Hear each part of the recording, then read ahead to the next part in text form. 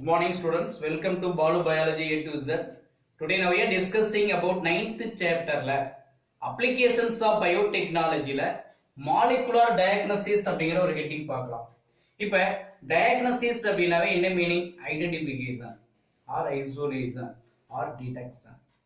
எதை பேஸ் பண்ணி molecules based மூலக்கூறுகளை பயன்படுத்தி ஒரு டிசீஸை டயக்னோசிஸ் பண்ணக்கூடிய ஒரு method. What is molecule? Group of atom. What is atom? Atom cannot be created and destroyed. இங்க என்ன molecule? DNA acts as molecule, RNA acts as molecules. இப்ப DNA வை பேஸ் பண்ணி RNA வை base பண்ணி the disease ஐடென்டிஃபை பண்ணக்கூடிய ஒரு method தான் that is molecular diagnosis. இப்ப இதுல early diagnosis of infectious disease and genetic or hereditary disease. Okay, that is very essential for எதுக்கு sir அப்படின்னா கரெக்ட் ட்ரீட்மெண்ட். ஸ்டார்டிங்லயே ஒரு டிசீஸை கண்டுபிடிச்சு அல்லது கண்டுபிடிப்பதன் மூலமாக எது சார் வெரி யூஸ்ஃபுல்லா இருக்கு அப்படின்னா அதோட கரெக்ட் ட்ரீட்மெண்ட் கரெக்டா இருக்கும். இப்போ எக்ஸாம்பிள் இயர்லி டயக்னோசிஸ் மெத்தட் எதெல்லாம் சொல்லலாம்? மைக்ரோஸ்கோபிக் மெத்தட் இருக்கு. அதே மாதிரி that is yearly diagnosis.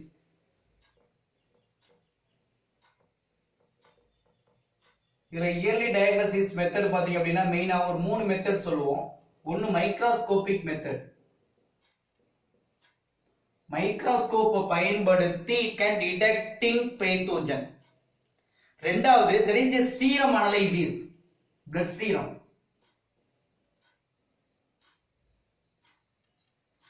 What is serum? The serum containing more antibodies are present.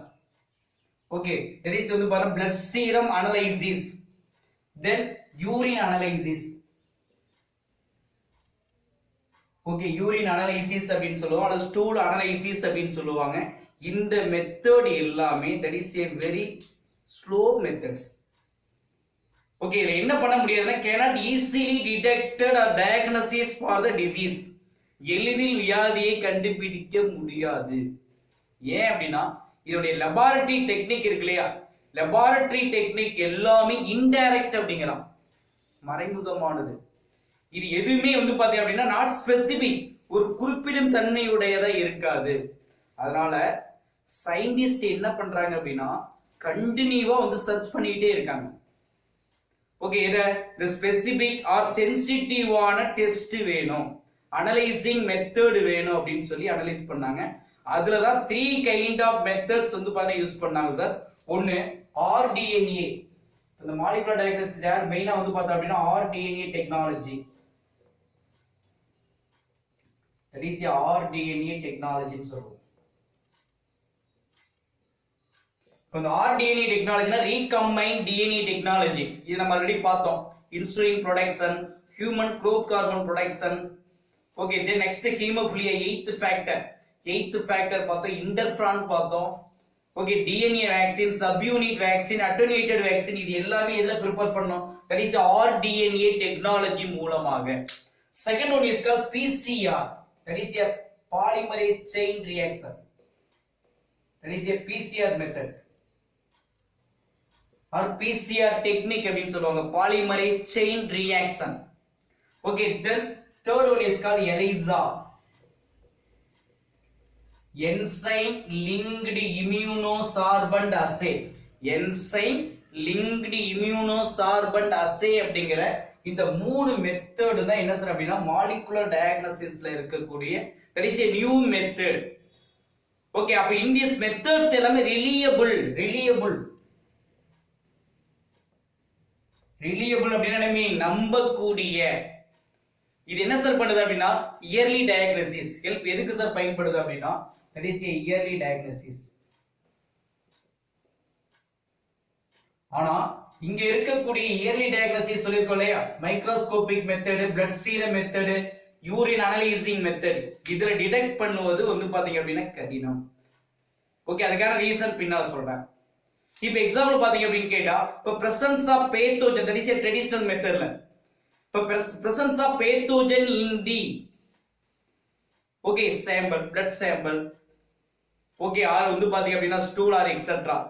அப்ப pathogen இருக்கு, தட் இஸ் வைரஸ் இருக்கு, அதே மாதிரி வந்து பார்த்தா பாக்டீரியா இருக்கு அப்படின்னா இதை நம்ம எப்படி சார் டிடெக்ட் பண்ணணும்? ஓல்டு மெத்தட்ல பாத்தீங்க அப்படின்னா இப்ப இந்த பேத்தோஜன் வந்து என்ன பண்ணணும், அந்த பேத்தோஜன் என்டர் பாடிக்குள்ள என்ட்ராயி டு ப்ரொடியூஸ் சிம்டம். என்ன சொல்லணும் அப்படின்னா மல்டிபிளிகேஷன் ஆகணும், மல்டிபிள் ஆகி அதுக்கப்புறம் என்ன பண்ணும், ப்ரொடியூஸ் சிம்டம். அதுக்கப்புறம் தான் நம்ம என்ன பண்ண முடியும்னா ஃபைண்ட் அவுட் பண்ண முடியும். Find out pathogen, bacteria or virus or etc. That is a traditional method. Traditional method ல ஒரு pathogen isolate பண்ணனும், identify பண்ணனும் அப்படினாவே மேக்ஸிமம் பாத்தீங்க அப்படினா நம்ம என்ன பண்ணோம், அப்ப அந்த pathogen பாடிக்குள்ள என்டர் ஆகி அது மல்டிப்ளிகேஷன் ஆகி then can producing symptom. Okay, அப்ப சிம்டம்ஸ் ப்ரொடியூஸ் ஆனதுக்கு அப்புறம் தான் நம்ம என்ன பண்ண முடியும், find out bacteria and virus அப்படிங்கறதை கண்டுபிடிக்க முடியும். அப்ப இந்த சிம்டம்ஸ் உடைய அப்பியர் இருக்கு இல்லையா, அதிகப்படியா இருந்தா, சிம்டம்ஸ் அறிகுறிகள் அதிகமா இருந்தா அங்க உனக்கு என்ன சொல்லுவோம், very high concentration, concentration of pathogen, நுண்ணுயிரிகளுடைய ஆதிக்கம் அதிகமா இருக்கு அப்படின்னு சொல்லுவோம். இதே very low concentration of bacteria and virus. இப்ப நம்ம என்ன பண்றோம் அப்படின்னா, இப்ப இந்த மாலிகுலர் மெத்தட்ல நியூ மெத்தட்ல என்ன பண்றாங்க அப்படின்னா, ஓகே, அதாவது low concentration of bacteria and virus, பாக்டீரியாவும் வைரஸும் குறைவான அளவு இருக்கும் போதே cannot producing symptom, இந்த சிம்டம்ஸ் ப்ரொடியூஸ் பண்ணுவதற்கு cannot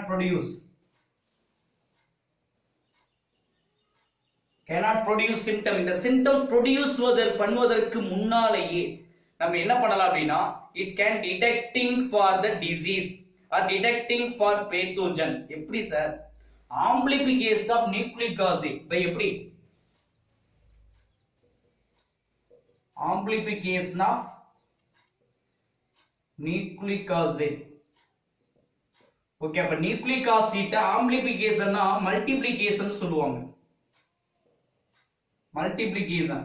அப்ப மல்டிப்ளிகேஷன் ஆஃப் யார், நியூக்ளிக் ஆசிட். அப்ப நியூக்ளிக் ஆசிட்ல யார் இருப்பா, மெயினா டிஎன்ஏ இருக்கும் அல்லது ஆர்என்ஏ இருக்கும். அண்டர்ஸ்டாண்டா? இப்ப இத மல்டிப்ளிகேஷன் பண்ணி ஆம்பிளிபிகேஷன் பண்ணி என்ன பண்ணலாம், ஈஸியா ஃபைண்ட் அவுட் தி எரர் அப்படினா பேத்தோஜன்ஸ். இதுதான் எந்த மெத்தட் அப்படினா that is a molecular diagnosis அப்படினு சொல்லுவோம். இதுல ரெண்டு கான்செப்ட். இயர்லி மெத்தட்ல டயக்னோசிஸ் பண்ணுவது லேட் ஆகும், மாலிகுலர் மெத்தட்ல இமிடியேட்டா, அதாவது ஒண்ணு இல்ல, அந்த பேத்தோஜன் இருந்தாவே அந்த பேத்தோஜன்ல என்ன இருக்கும், டிஎன்ஏ இருக்கும் அல்லது ஆர்என்ஏ இருக்கும். அப்ப அந்த டிஎன்ஏ ஆர்என்ஏ வச்சு ஈஸியா என்ன பண்ணலாம், தட் இஸ் ஆம்பிளிபிகேஷன் பண்ணி கண்டுபிடிச்சிடலாம். ஓகே, இதுல ஆர்டிஎன்ஏ டெக்னாலஜி நம்ம ஆல்ரெடி பார்த்து முடிச்சிட்டோம். செகண்ட் எலிசா இந்த வீடியோல பார்க்கலாம், பிசிஆர் நெக்ஸ்ட் வீடியோல பார்க்கலாம். First heading ELISA. சரி, எலிசா அப்படினாவே என்சைம் linked immunosorbent assay. அப்ப என்ன எழுதுவோம், என்சைம் லிங்க்டு இம்யூனோசார்பன்ட் assay அப்படின்னு சொல்லுவோம். இப்ப எலிசா நம்ம ஆல்ரெடி படிச்சிருக்கோம். எலிசா அப்படிங்கிறது preliminary blood test of AIDS. எய்ட்ஸை கண்டுபிடிப்பதற்கான முதல் நிலை சோதனை எது சொன்னா எலிசா. இந்த என்சைம் லிங்க்டு இம்யூனோசார்பன்ட் assay அப்படின்னு சொல்லுவோம். ஓகே, இப்போ இது என்ன process அப்படினா இது ஒரு பயோகெமிக்கல் ப்ரொசீஜர். இந்த எலிசா அப்படினாவே என்ன சொல்றோம், that is a biochemical procedure அப்படின்னு சொல்லுவாங்க, அது பயோகெமிக்கல் process.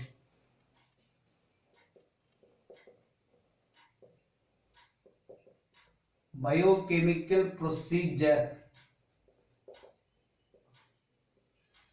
ஓகே, ஒரு உயிர் வேதியியல் செயல்பாடுன்னு சொல்லுவோம். இத ஃபர்ஸ்ட் டிஸ்கவர் பண்ணவர் யார் சார் அப்படின்னு கேட்டா இவா எங்வால்.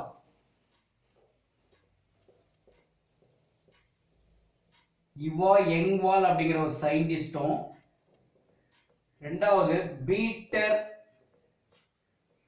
பெர்ல்மேனின் அப்படிங்கிற ஒரு சயின்டிஸ்டும் 1971ல டிஸ்கவர் பண்ணாங்க. One mark question, who discovered ELISA? அப்ப எலிசாவை டிஸ்கவர் பண்ணவங்க இவா எங்வல் அப்படிங்கிற ஒரு சயின்டிஸ்டும், ரெண்டு பீட்டர் பெர்ல்மேனி 1971 டிஸ்கவர் பண்ணியிருக்காங்க. இப்ப இதனுடைய வேலை என்ன? What are the uses? What are the uses of ELISA? இதனுடைய பயன்கள் என்ன? ஓகே, நம்ம பார்த்தது preliminary blood test of AIDS. அதேதான் இங்க. இப்போ மெயினா to detecting presence of specific antigen or antibody in the sample of serum or urine. ஒரே லைன் தான். அங்க என்ன பண்றாங்க? To detect, first point, to detect the presence of specific antigen or antibody.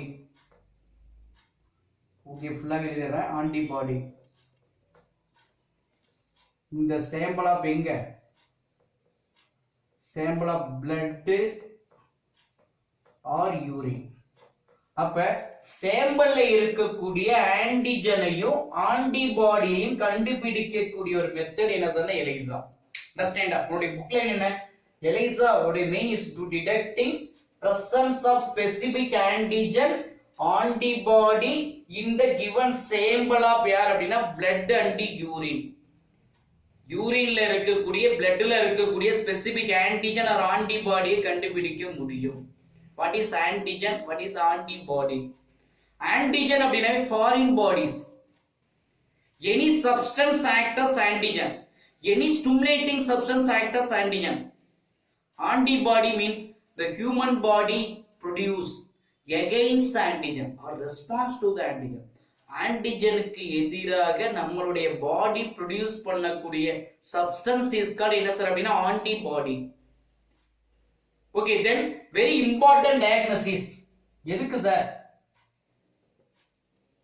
எதுக்கு இம்பார்ட்டன்ட் டயக்னோஸ்டிக் டூல், அதாவது சொல்லுவா tools அப்படின்னு சொல்லுவோம். HIV positive or HIV negative. HIV பாசிட்டிவா நெகட்டிவா அப்படிங்கறத ஈஸியா கண்டுபிடிக்கிறது இல்ல சார் அப்படின்னா எலிசா. அப்ப எலிசாவுடைய மெயின் வேலை என்ன? It is a very important diagnostic tools determining for HIV positive or HIV negative. HIV positive or negative னு கண்டுபிடிக்கலாம் சார். அது மட்டும் இல்லாம that is a very important tool. எதுக்கு sir? Determining serum of antibody concentration அல்லது specific antigen. இதேதான், that is a tool, that is specific, அதே same antigen antibody. Okay, மேல சொன்னாலையா presence of என்னன்னு கேட்ட கான்சன்ட்ரேஷன். என்ன சொல்லணும் அப்படின்னா specific concentration. Concentration of antigen and antibody plus hormone. என்ன hormone? Human chorionic gonadotropin hormone. Human chorionic gonadotropin hormone. இதை எல்லாத்தையும் டிடெக்ட் பண்ணுவதற்கு யார் ஹெல்ப்ஃபுல்லா இருக்கு அப்படின்னா it is எலிசா. அதெல்லாம் ஞாபகம் வச்சுங்க. எலிசாவுடைய மெயின் வேலை என்ன சார் அப்படின்னா first to detect the presence of antigen or antibody in the given sample. ரெண்டாவது வெரி இம்பார்ட்டன்ட் டூல்ஸா இருக்கு. எதுக்கு? HIV positive or HIV negative கண்டுபிடிக்க. தென் that is a specific for tools for எதுக்கு? concentration of antibodies, antigen and detecting hormone. which hormone அப்படினா human chorionic gonadotropin ஹார்மோனை கண்டுபிடிப்பதற்கு that is ELISA very very இம்பார்ட்டன்ட்டா இருக்கு. Okay, இப்ப இதனுடைய ப்ரொசீஜர் என்ன sir? அப்ப during the diagnosis, அப்ப diagnosisல என்னென்ன மெத்தட் இருக்கு? இதுல மேக்ஸிமம் பாத்தீங்க அப்படினா எலிசா உடைய ப்ரொசீஜர் ஃபார் த எலிசா.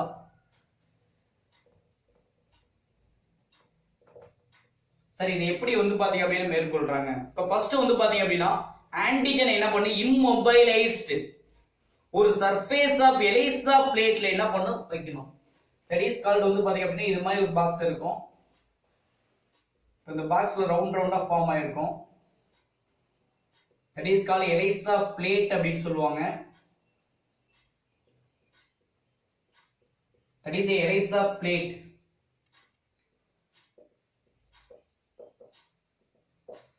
இப்ப இந்த எலிசா பிளேட்ல ஒரு பார்ட்ல மட்டும்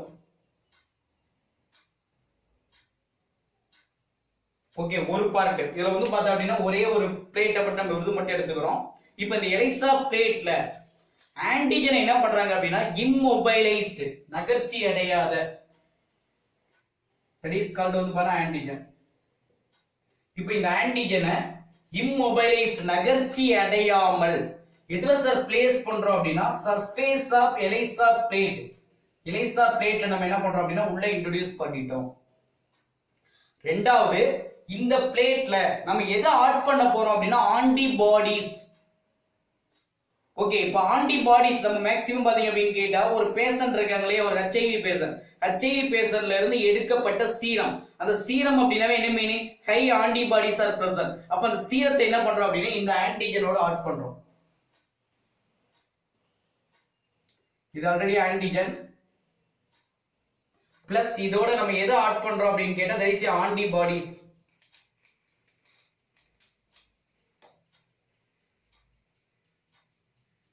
that is called antibodies. அப்ப இந்த இடத்துல என்ன பண்ணிட்டோம்? ஆன்டிஜனோட ஆன்டிபாடி என்ன பண்றோம் அப்படின்னா இணைச்சிட்டோம்.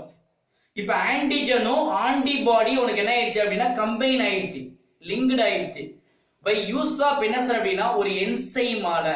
என்ன என்சைம் அப்படின்னு கேட்டா பெராக்சிடேஸ் அப்படிங்கிற ஒரு என்சைம். இது ரெண்டையும் இணைச்சிருப்பது யார் அப்படின்னா பெராக்சிடேஸ். பெராக்சிடேஸ் அப்படிங்கிற ஒரு என்சைம் என்ன பண்ணிருச்சு? ஆன்டிஜனையும் ஆன்டிபாடியையும் ஒண்ணா இணைச்சிருச்சு. that is a second step. Okay, then அடுத்த ஸ்டெப் என்ன சார் பண்றாங்க அப்படின்னு கேட்டா இங்க அன்ரியாக்டட் ஆன்டிஜன் ஆன்டிபாடி இருக்கு இல்லையா? இப்ப நிறைய இருக்கும், நிறைய ஆன்டிஜன்ஸ் இருக்கும், நிறைய ஆன்டிபாடிஸ் இருக்கும். அப்ப அந்த அன்ரியாக்டட் that is a மூணாவது ஸ்டெப். இங்க அன்ரியாக்டட்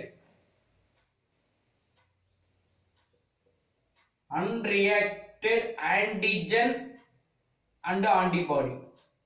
ஓகே, அப்ப ரியாக்ட் ஆகாத ஆன்டிஜனையும் ஆன்டிபாடியையும் நம்ம என்ன பண்ணணும்னா அதை வாஷ் பண்ணி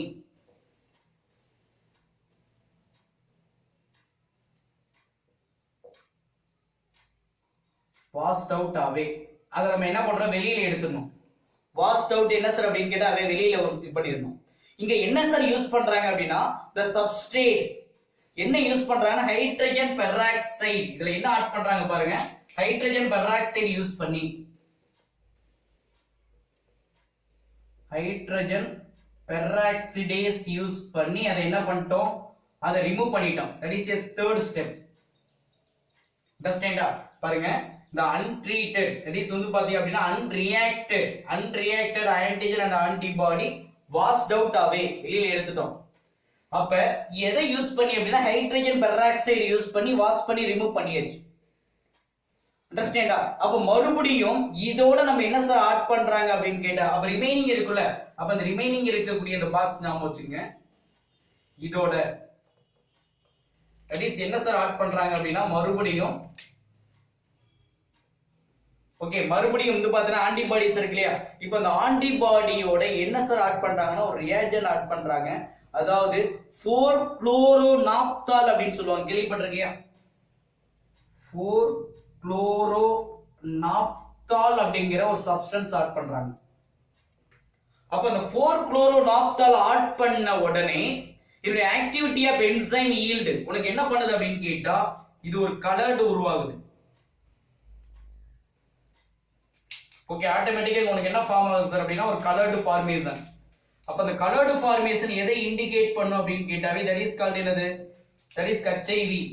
அல்லது மேக்ஸிமம் பாத்தீங்க அப்படின்னா இப்ப example that is a colored formation.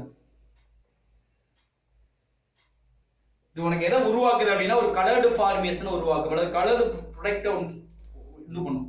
இப்போ இந்த கலர்டு ப்ராடக்ட் இருக்கு இல்லையா, இது எதை சார் இண்டிகேட் பண்ணுது அப்படின்னா பிரசன்ஸ் ஆஃப் ஆன்டிஜன். இதுதான் எதை சார் இண்டிகேட் பண்ணுது அப்படின்னா பிரசன்ஸ் ஆஃப் ஆன்டிஜன், ஆன்டிஜன் இருப்பதை குறிக்கிறது. அப்ப எலிசா அப்படிங்கிறது highly sensitive and detective range of என்ன சார் அப்படின்னு கேட்டா ஒரு மெத்தட் அப்படின்னு சொல்லுவோம். ஈவன் நானோகிராம் அளவுல that is a 10⁻⁹ அப்படின்னு சொல்லுவோம் இல்லையா, அந்த அளவுல இருக்கக்கூடிய ஆன்டிஜன் அளவை கூட நம்ம என்ன பண்ண முடியும்? டிடெக்ட் பண்ண முடியும். இதுல 4 மெத்தட்ஸ் இருக்கு. there are 4 methods of வந்து பாத்தீங்க அப்படின்னா எலிசா. எலிசாவுடைய டைப்ஸ் இது ஒன்னு டைரக்ட் எலைசா, ஒன்னு டைரக்ட் எலைசான்னு சொல்லுவோம், இன்னொன்னு இன்டைரக்ட். செகண்ட் வந்து இன்டைரக்ட் எலைசான்னு சொல்லுவாங்க. அதே மாதிரி 3 சாண்ட்விச். ஓகே, இப்ப சாண்ட்விச் அப்படின்னா என்ன மீனிங்? தட் இஸ் வந்து பாத்தீங்க இடையீட்டுன்னு சொல்லுவாங்க, சாண்ட்விச் எலைசா. ஓகே, 4வது என்ன சார் அப்படின்னா காம்படிட்டிவ். ஓகே, காம்படிட்டிவ் எலைசா அப்படின்னு சொல்லுவோம். அப்ப the 4 kinds of ELISA can involve. One is called direct, another one is called indirect, third one is called sandwich, fourth one is called competitive ELISA அப்படின்னு சொல்லுவாங்க. இப்போ இது எல்லா ELISA மெத்தட்லயும் நாட் ரெக்யூரிங் ரேடியோ ஐசோடோப் எதுவும் பயன்படுத்தல, எந்த ஒரு ரேடியேஷன் எதுவுமே பயன்படுத்தாமல் உருவாக்கப்பட்ட ஒரு அப்ரோச் தான் தட் இஸ் கால்ட் என்னன்னா ELISA. நல்லா ஞாபகம் வச்சுங்க, ELISAனா என்ன, ELISAவோட யூசஸ் என்ன, எலைசாவுடைய ப்ரொசீஜர் என்ன, தென் நெக்ஸ்ட் அதனுடைய டைப்ஸ் அல்லது மெத்தட்ஸ். Okay, thank you.